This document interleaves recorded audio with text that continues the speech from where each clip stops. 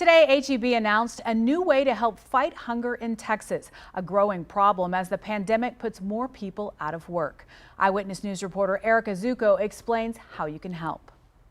H-E-B is hosting a Summer of Giving program where shoppers can come together to help give donations to feed hungry Texans. It goes from today, July 29th, until September 8th.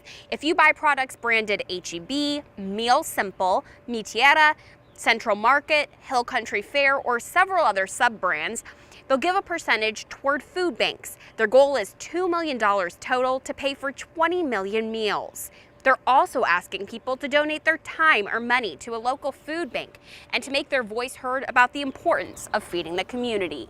With the support of our loyal customers, our H-E-B Summer of Giving initiative, we know we're poised to make a real meaningful difference in the fight against hunger, helping our neighbors, friends, and families when they need us the most.